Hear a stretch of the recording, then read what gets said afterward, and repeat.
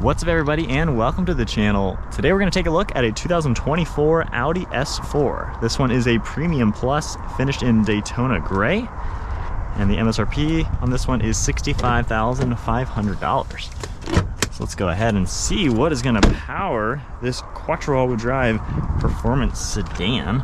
So if we can find that latch, lift it open. So you're going to find a 3-liter turbocharged 6-cylinder motor with 349 horsepower and 369 pound-feet of torque. Paired to the 8-speed automatic Quattro all-wheel drive, 0 to 60 is about 4.4 seconds. And then running on a 15.3 gallon fuel tank, you're going to expect 21 miles per gallon in the city with 29 out on the highway. Taking a look at the styling, it's a pretty conservative car, nothing outlandish or overstyled. Very clean design, nice LED headlights, cool looking daytime running lights. You have a safety sensor on one of the sides. I believe one of these is fake, however it's symmetrical. You got some gloss black trim, nice aggression leading towards this massive grille. You do have a forward facing camera, all your badging's blacked out. You have mesh in the upper and lower portion to provide cooling to the engine and intercooler. The actual metal bumper is behind this chunk right here. Got a nice gloss black splitter, sharp lines on the hood fading towards this front end, and they just cut nicely towards that windshield. It's a pretty good looking car, really conservative but also pretty aggressive at the same time. We have a nice set of 19-inch wheels with a two-tone color. You can see the 6-piston brake calipers. I like the multi-spoke design as well. And then some sharp lines throughout the front, clean lines in the lower portion of the door, and then you're going to see gloss black mirror caps with a turn signal. You have your grab handles, body colored, all gloss black trim surrounding the windows, and then a sunroof panel up on top. Overall side profile is very proportional. It's a good looking car, just very clean and classy. Nothing too crazy with it. I do like the little bit of extra style for this rear line right there, which kind of adds to the sizing. You can also see the gloss black lip spoiler, more badges are all blacked out. Black trim piece connecting the LED taillights, and you have a small chrome trim piece as well. Got all your sensors, gloss black trim, dual exhaust on each side, and then some mesh material throughout the rear bumper. Overall, like I said, it's conservative and yet does have a nice little bit of a sporty touch and a classy design. Now if we pop the button back here, got a good sized trunk as well, pretty roomy. It's a good mid-sized sedan. Really can't argue with that kind of space. It's got a lower load floor to fit larger items, so it's nice to see all that. And then taking a look at the interior, this one has a black Nappa leather interior. There's alcantara on the door panel with contrast stitching, gloss carbon fiber, and I love the quilted leather. The diamond pattern looks so cool. We can open this up. You have an armrest, some space, and then cup holders. And then we have climate vents, few controls, and then a little bit of storage. Now hopping in at 5'11", with a driver's seat at my height, got a couple of inches of knee room and foot room, good visibility overall, good recline. I wouldn't mind this part being a little lower than this, however they're not too flat, so pretty good overall. You know, kids and other adults honestly aren't really going to have an issue back here. It's a pretty good size back seat. And then if we just hop back out, there are levers up here you can pull, and these are going to fold down nice and flat, giving you a plenty of storage space. And then moving on to the driver's seat, of course we have the smart key, so it'll lock and unlock. And then you can get another look at the alcantara carbon fiber. Really nicely appointed interior, S logo, tons of power controls. We even have an extension. And then another look at the stitching. I like how you get the single piece backs with the S logo embossed into the leather. And then hopping inside, let's go ahead and fire it up. Engine's gonna roar to life. Got the cool virtual cockpit turning on, screen up in the center. So if you take a look at the center screen, you can see your typical dials. We have the drive mode on the left with fuel, and then you can also change the view of it, get a few more items in the center screen, which is really nice to be able to go through. And then you can scroll throughout the top and see a few different things. To change the drive modes, you can toggle this icon right here. It'll come up all on the center. And then for the actual gauge cluster, you are able to configure it. You should be able to link it to the drive mode. However, I can't figure that out in today's video, but if we go ahead and take a look at the different styles, going into this one has a really cool look. Changing it with the view icon, you can get a good look at that. Then going into dynamic, if we change that one as well, you can get a really cool look at how it's going to change. So I do like the different displays. That's really unique. You have more controls on the left side to see what's in the screen.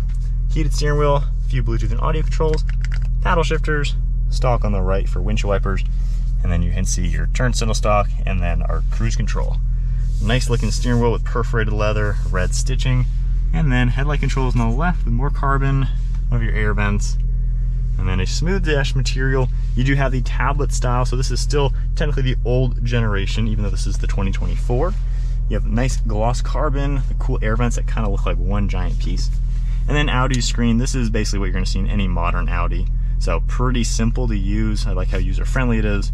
Under vehicle, you can change a few things. You have favorites, drive select. You can adjust a few more items.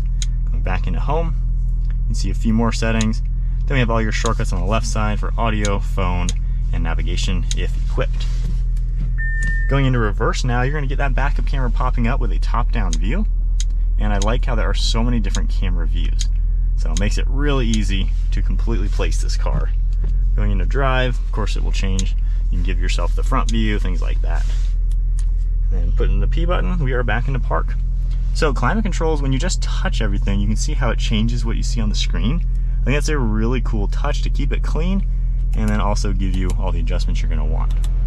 Different zones, temperature, you have your heated seat icon as well. And then some shortcuts down below for traction control, engine start stop. You got a 12 volt and a USB, a little bit of storage, cup holders, more storage, piano black. Then I like all the red stitching. You're gonna get a little bit of storage here, which is good for the key fob. You have volume and power, and then you can slide this forwards and back and lock it into different positions. We have wireless phone charging and more storage down below, and then a good sized glove box. One last look at the interior. Nice interior for sure, very nicely appointed, really good use of materials. Got your manual sunshade as well, and then you can take a look at all of our dome lights. Thin frameless mirror. There's no garage door buttons. I had a lot of comments, people asking about that, but nonetheless, beautiful interior. All right, setting off now. In dynamic mode, this thing is pretty sweet. Definitely sounds pretty good.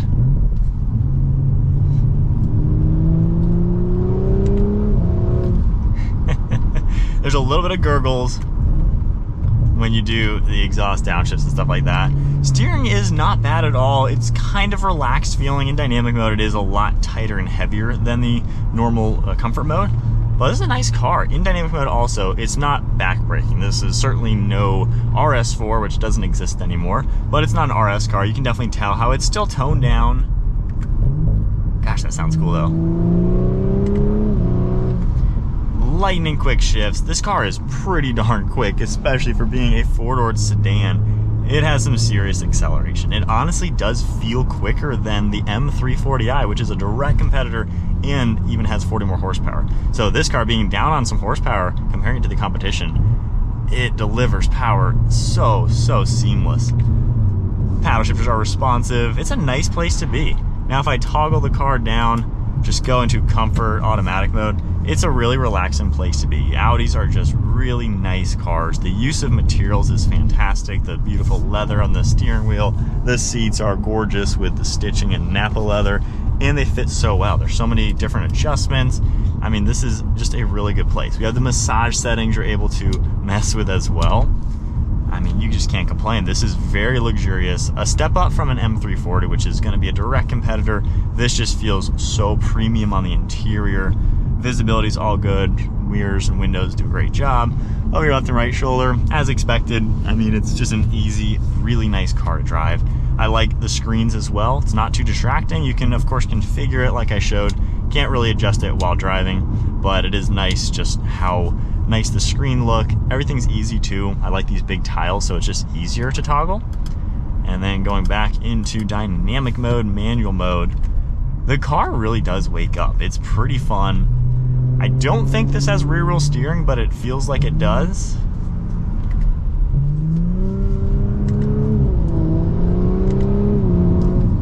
Man, just babying this car, not even redlining or full throttling. This thing is so quick. Man, this is a really nice place to be. This is, if you're looking for a Grand Tour, like luxury sedan without being the biggest thing, and honestly without being the most expensive thing, this just gives you such a well-rounded package. So much power. Man, this car's fun. It's fun, and yet it's also comfortable and refined, and the materials you touch are upscale. It steers really well too for its size and weight, which it's not the biggest, not the heaviest. It's just a great car to be in, honestly. I don't know, I don't think I have any complaints. The tablet is the only complaint, I guess. The other new Audis have this much more integrated. I thought 2024 they were going to update this, but it is still this. So maybe 2025, maybe we'll see that on the S4. But overall, this is certainly a luxury sedan you got to put on your list if you're wanting some performance, some fun, and just some high-end refinements and all the tech you really could need. I don't think you can complain. This is a really cool car.